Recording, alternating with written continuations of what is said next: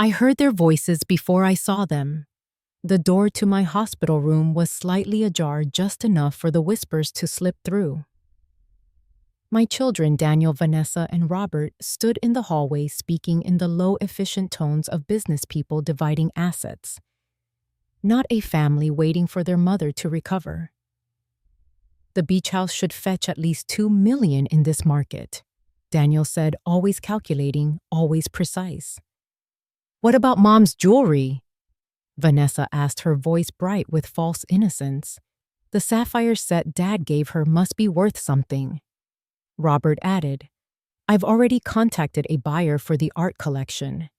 We should move quickly before the market shifts. I forced my eyes open, the sterile ceiling coming into focus, the rhythmic beep of machines confirming I was still alive. My body was heavy, paralyzed on one side, but my mind was sharp. I was listening to my children sell my life before I had even left it. A nurse entered, brisk and kind, checking the monitors. She followed my gaze toward the door, then leaned close. You can hear them, can't you? She whispered. Families often start planning too soon. Too soon. How polite a phrase for what it was. Greed dressed as pragmatism. When Daniel stepped inside moments later, he played his part perfectly. Any change, he asked the nurse, feigning concern. She smiled politely. Your mother's vitals are improving. She's showing signs of recovery. Daniel's jaw tightened. We're just making sure her affairs are in order. Dad always handled everything. The lie rolled smoothly off his tongue. I wanted to scream to remind him that I was the one who had balanced the books through lean years, who had stretched every dollar when his father's mechanic shop barely broke even. But my tongue felt like stone. I could only stare at him and think, you have no idea who I really am. When the nurse left, Daniel lingered, his expression softening into something almost performative. We're taking care of everything, Mom, he said, patting my limp hand. You don't need to worry about a thing. Then he left me to the sound of their footsteps fading down the hall. That night, as the moonlight painted prison bars across my bed, I made a decision. I would not die here, and I would not let them erase me. I would fight not for money, but for dignity, for the truth of the life they had dismissed as sentimental junk. Over the next few days, strength began to return to my left hand. A twitch, a movement, a whisper of defiance. When my therapist asked me to speak, I forced out my first real words since the stroke. I need to make a call.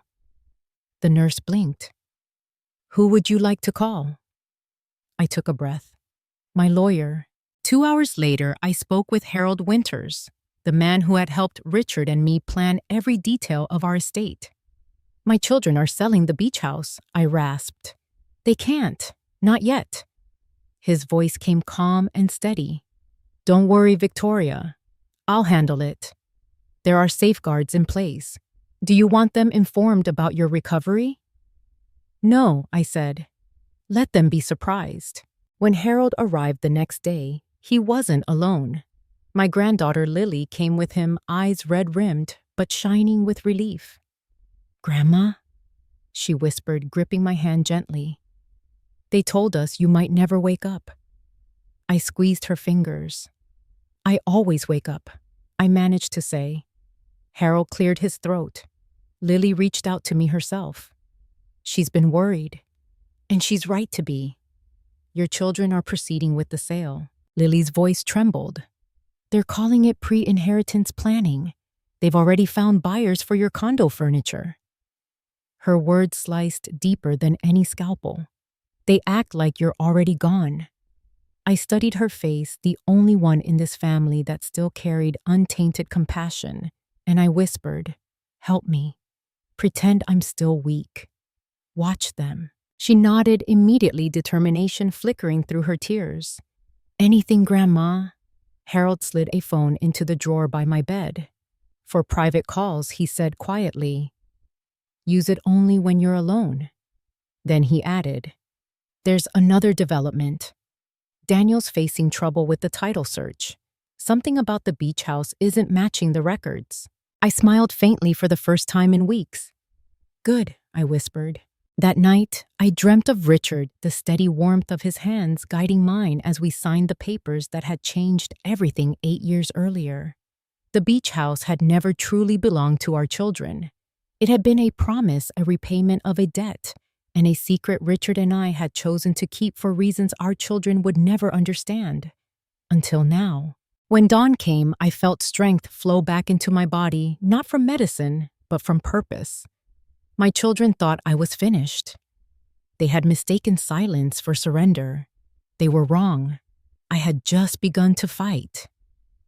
3 days later, the sound of my children's voices once again seeped under my hospital door. This time, Vanessa was speaking to someone on the phone. "Yes, we're going through with the sale," she said briskly. "The paperwork's already in motion. The doctors say there's no real recovery expected." I nearly laughed at the audacity of her lie. Dr. Patel had just told me that morning I was making remarkable progress. My speech was returning, my mobility improving. But why let the truth interfere with their convenience? When Vanessa entered the room, I closed my eyes, feigning sleep. She tiptoed around me, talking softly into her phone. "It'll be easier once the beach house is sold. We can close by next week." Then she slipped out again, leaving only the scent of her expensive perfume behind. My jaw clenched. The house she spoke of so casually was the place Richard had poured his soul into, the house where our grandchildren had played, where we'd promised to keep something sacred after his passing. And it was about to be sold off by children who couldn't wait for me to die. That afternoon, Harold returned. "Your son's been calling the county clerk's office," he told me. "Apparently, he's discovered something strange about the deed." I managed a faint smile. "Let him dig," I said. "The truth will find him soon enough." Harold nodded approvingly. "I've already contacted the other party," he added quietly. "He's flying in tomorrow." The next day, my hospital room filled with light and a familiar face. Victoria said, a young man with kind eyes and dark circles beneath them. I came as soon as Harold called. It was David Mitchell, Sarah's son. Seeing him was like opening a window into my past. Sarah had been my best friend for 40 years, the sister I chose. When cancer claimed her, Richard and I had promised to look after her boy. And we had, even when our own children resented it. I squeezed David's hand. "They don't know," I whispered. He nodded. "About the house, no. But they're about to find out." His jaw tightened. "That property's been in my name for 8 years, just like you and Richard arranged. It's legally protected." As we spoke, a shadow filled the doorway, Daniel. His expression froze when he saw David. "Who are you?" he demanded. David stood. "David Mitchell, the person who owns the beach house you're trying to sell." Daniel's laugh was sharp, incredulous. "Excuse me, that house has been in our family for decades." I looked directly at my son and said clearly and calmly, "It was. Until your father and I transferred ownership to David." The silence that followed was heavy enough to crush the air from the room. Robert appeared behind his brother, looking pale and uneasy. "Mom, you can talk." "I can," I replied. "And I can think too." Daniel's face twisted in disbelief. "This is absurd. You gave away our family home to a stranger." "Not a stranger," I said. "Sarah's son. Family by choice." The hospital door swung open again. Our family lawyer, Harold, his voice steady as he stepped between us. "Mr. Sullivan, I've reviewed the records. The transfer was properly documented in 2017. Your parents retained lifetime usage rights. There's nothing illegal here." Daniel's fury turned icy.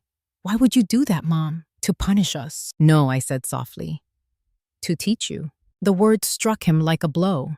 He turned on his heel and stormed out, Robert trailing behind. When the door closed, I exhaled slowly.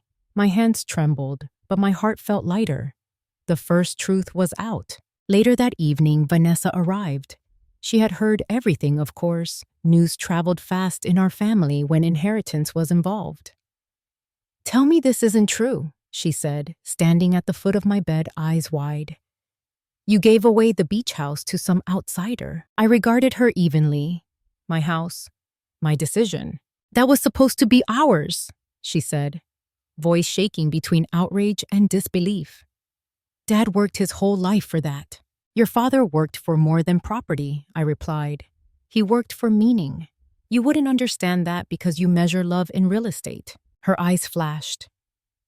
We're your children, Mom. Doesn't blood mean anything? Blood isn't the only kind of family, I said. Sarah proved that. She saved my life once, literally. When she was dying, I promised to protect her son. That's what I did. For a long moment, Vanessa said nothing. I thought I saw something human flicker in her eyes. Hurt maybe, but she masked it quickly. Daniel's already talking to another lawyer, she said coldly. We'll see who the courts believe. When she left, David remained by my side.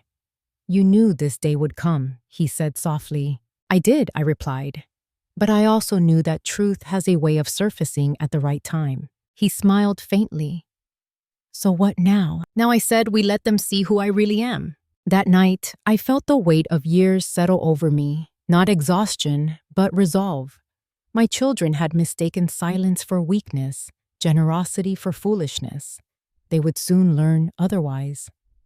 I had built my life on quiet strength, and now that strength would teach them what inheritance truly means. By Saturday morning, I was strong enough to leave the hospital for a few hours. Dr. Patel, ever cautious, gave reluctant approval after David promised to accompany me. 4 hours maximum, he said.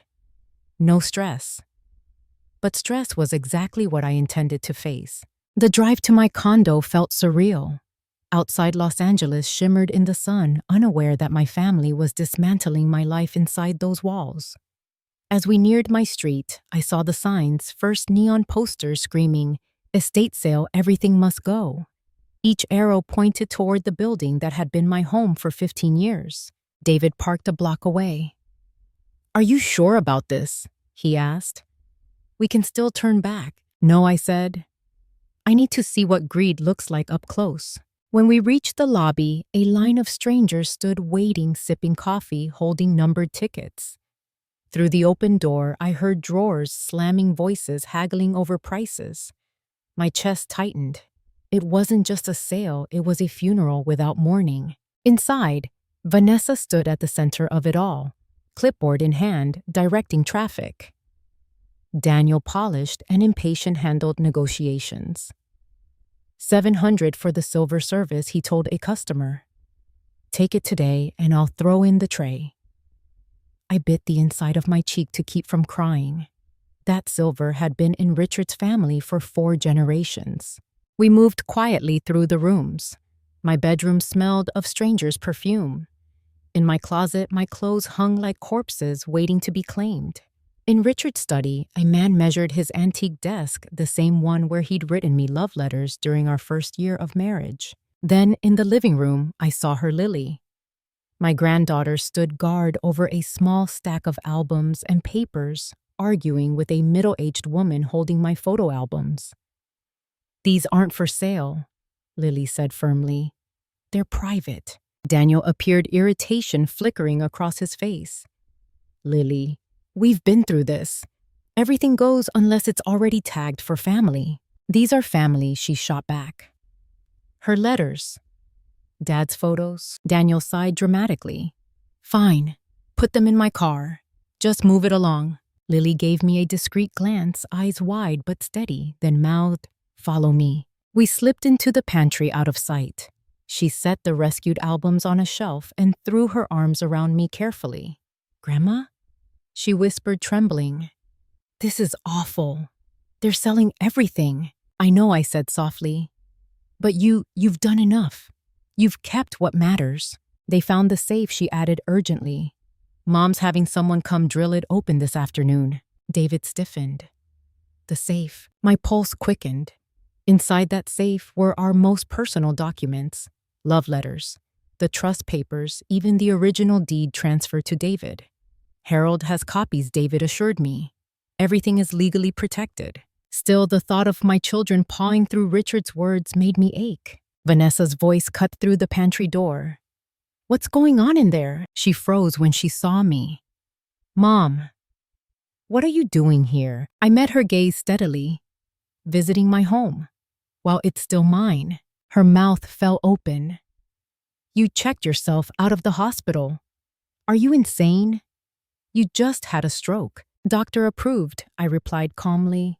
Short visit. And you? She spun toward Lily. You knew about this. Someone had to look out for her. Lily said quietly. Unbelievable. Vanessa's face flushed with fury. Daniel, get in here. He arrived within seconds, expression hardening when he saw me. Mom, what is this? You tell me, I said evenly. You're the one selling my things while I'm still breathing. Mom, he began tone, oozing false patience. We're doing this for you, for your care.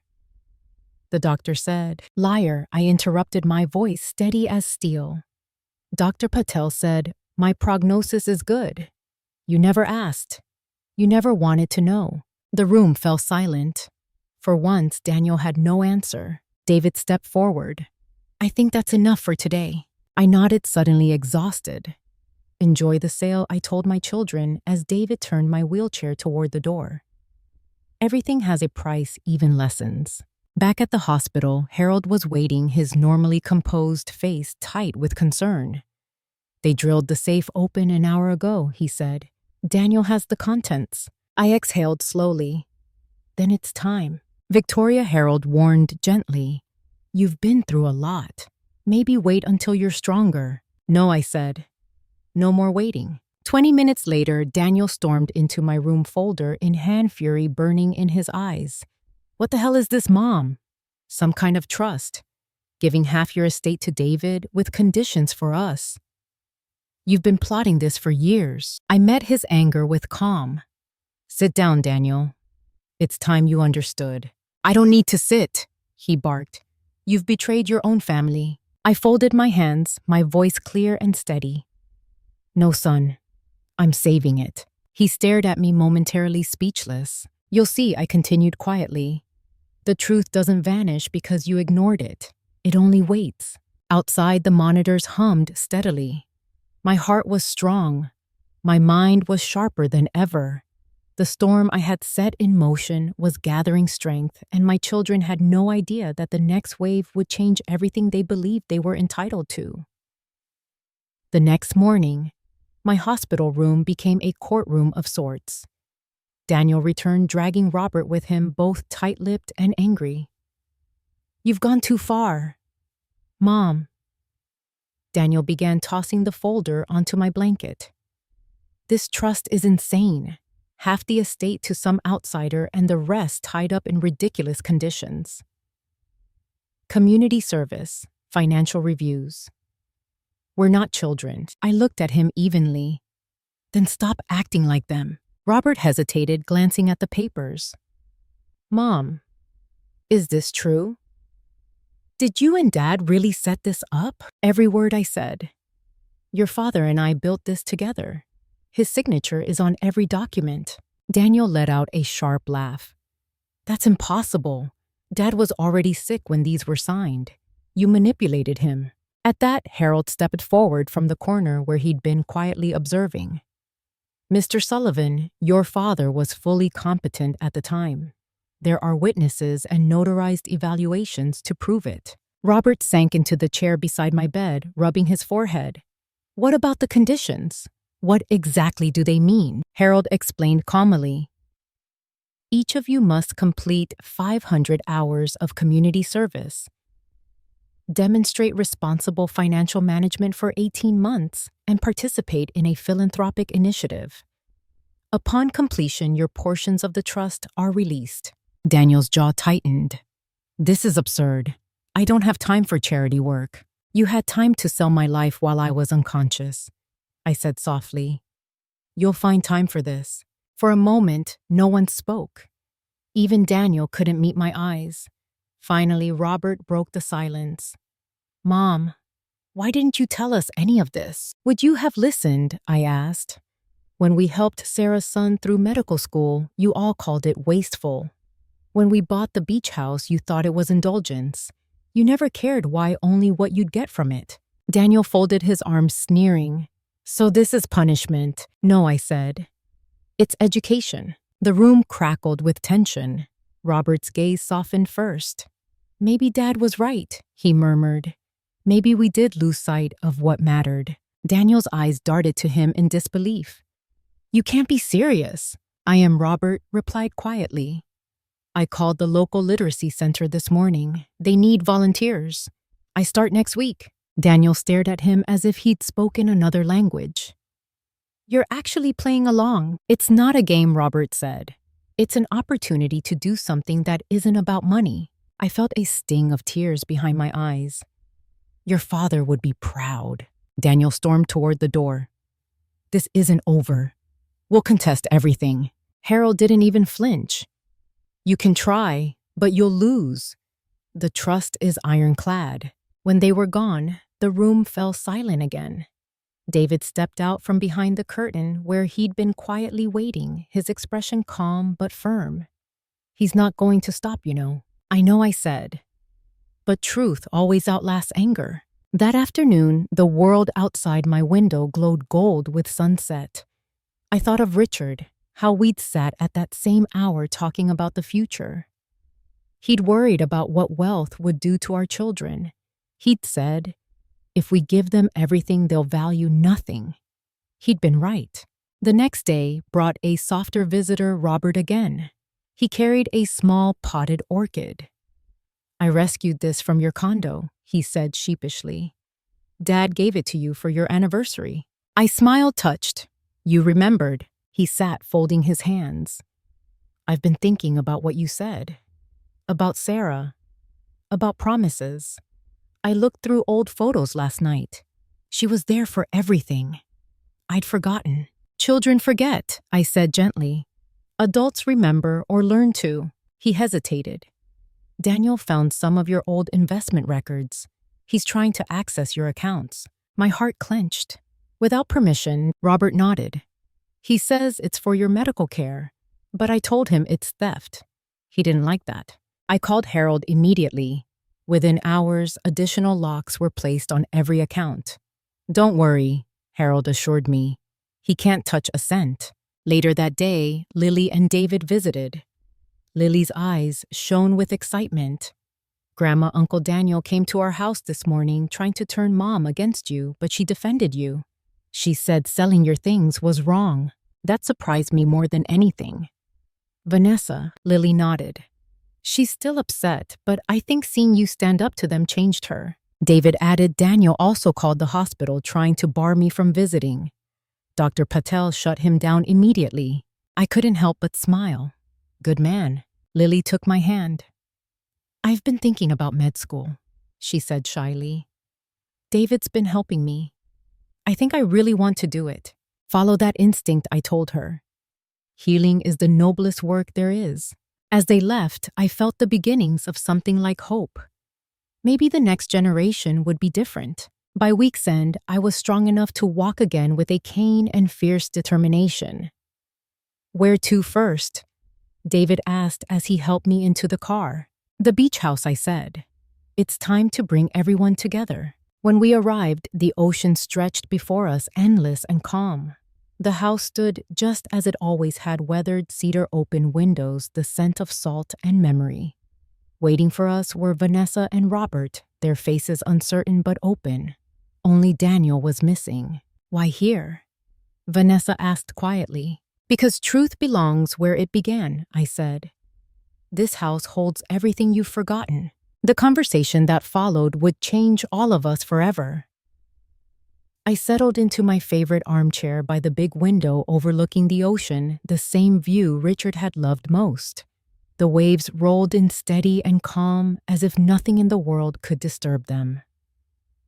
Around me, my family gathered, Vanessa perched on the sofa's edge, Robert leaning against the fireplace, Harold beside his open briefcase, David quietly attentive near the window, and Lily standing close enough for courage. Only Daniel was absent. Thank you for coming, I began. I wanted you to hear this story here where it began. My voice was stronger now, steadied by purpose. This house was never about property or inheritance. It was about a promise. For the next half hour, I told them about Sarah, my best friend, the woman who had saved my life decades ago when she pulled me from a burning car, who had stood by me through loss and sickness and motherhood. I told them about her battle with cancer, her fear of leaving her son alone, and the promise I'd made to her on her last night alive. When she died, I vowed to give David the foundation he needed to become the man his mother dreamed he could be. Vanessa's eyes were glassy by the time I finished. "So the beach house," she murmured. "It was for him." "Yes," I said softly. "To give him security, to honor her. But we never took it from you. Your father and I retained lifetime usage rights. We wanted this place to stay open for everyone to heal, to gather, to remember." Robert looked toward David. "And you kept that promise." David nodded. "Every summer, this house has been ready. It was never closed to your family. I waited for the day you'd come back." The silence that followed wasn't angry this time. It was reflective, heavy with recognition. Vanessa finally spoke. "I didn't understand," she said quietly. "We only saw what we thought we were losing, not what you were giving." Before I could respond, tires crunched on the gravel outside. Through the window, I saw Daniel's car pulling up fast, kicking dust into the coastal air. "Brace yourselves," Robert muttered. Daniel stormed in moments later, folder in hand, eyes blazing. "So this is where you've all been hiding," he snapped, enjoying the view while plotting against me. "Daniel," I said calmly, "sit down. You're late, but not too late to listen." "I'm not here to listen," he shot back. "I've been talking to lawyers. There's enough evidence to claim Dad wasn't in his right mind when all this was signed. We'll contest everything." "On what grounds?" Harold asked, standing tall. "Your father left a video statement 6 months before he passed. Perhaps you should watch it before threatening more lawsuits." Daniel hesitated, suspicion flickering across his face. "What video?" Harold inserted a DVD into his laptop. After a brief hum, Richard's face appeared on the screen, thinner, older, but unmistakably clear-eyed. "Hello, kids." Richard began smiling warmly. "If you're watching this, your mother has decided it's necessary. I hope it isn't, because that means you've forgotten who you are." His tone grew serious. "Every decision regarding our estate, the trust, the conditions, the transfer to David, was made with my full participation. I insisted on it, because I've seen what happens when wealth replaces values." He paused, eyes steady, as if looking directly into Daniel's soul. "You've become successful, but somewhere along the way you lost compassion. Money can build walls faster than it builds bridges. This trust is my way of giving you one last lesson: learn to give, to serve, to connect again. That's the real inheritance." Then softer. "Your mother is the bravest woman I've ever known. Treat her decisions as mine. Because they are." The screen went black. For a moment only, the ocean's murmur filled the silence. Vanessa wiped her cheeks. Robert stared at the floor. Daniel's face had gone pale. "That's not fake," he said finally, voice trembling. "That's really Dad." "Yes," I said. "And he would be disappointed in what you've become." Daniel turned away, walking to the deck. I watched his back as he stood against the horizon, shoulders heaving. For the first time, I saw not arrogance, but grief. Inside, Vanessa spoke softly. "He'll come around." "I know," I replied.